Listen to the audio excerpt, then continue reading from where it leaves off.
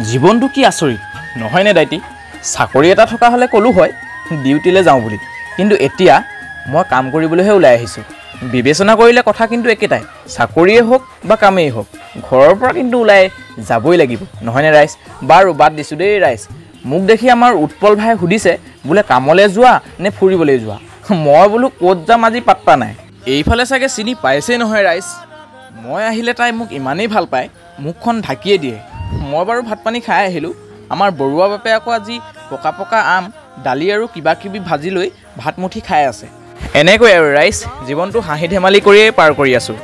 আমি বেছি দেৰি নকৰি কাটা ৰাস্তাৰ ওপৰেদি এক্সেলেটৰ পকা স্কুটি বুকুৰ চোলাৰ বুটাম খুলি কান্ত ককা আৰু মই মাৰিলোঁ পানডাকি এনেদৰে আহি থাকোঁতেই অলপ বেলেগ বিভাগৰ জীৱন সংগ্ৰামী এজনক লগ পালোঁ তেখেতক সুধিলোঁ বোলো ক'ত যোৱা তেখেতে হাঁহি মাৰি ক'লে সংগ্ৰামী মানুহ ক'ত যাবা আহিছোঁ জীৱন সংগ্ৰামত ওলাই এনেকৈ আহি পালোঁ আমাৰ কামৰ ঠাই মুখেশ্বৰে কালি ঢালি থৈ যোৱা ফৰমা খুলিলেই আজি কাম হ'ব ইটা কথা তাকে আমাৰ কান্ত ককাই বালি মছলা যোগাৰ কৰিলে অলপ পাছতে আমাক আমাৰ চুমভাগিনে আনি দিলে ৰঙা চাহ এটুপি লগত ৰসগোল্লা আৰু তেলত ভজা পুৰি কিন্তু ৰাইজ দিবলৈ পালেহে এইজনে আকৌ ভৰাইছে আৰু সুপিছে মই ভাবিছোঁ মুখেশ্বৰৰ নাম সলাই ভোকেশ্বৰেই দি দিওঁ নেকি আৰু বাদ দিয়ক ৰাইজ চাহৰ মাজতে ওলালহি আমাৰ বিয়নীৰ যিহে কথা মই বোলো হেৰৌ বিয়নী বাদ দিয়ক আপোনাৰ কথা পাছত শুনিম আপোনাৰ কথা এতিয়া খাই লওঁ লাল চাহ আৰু তেলত ভজা পিঠা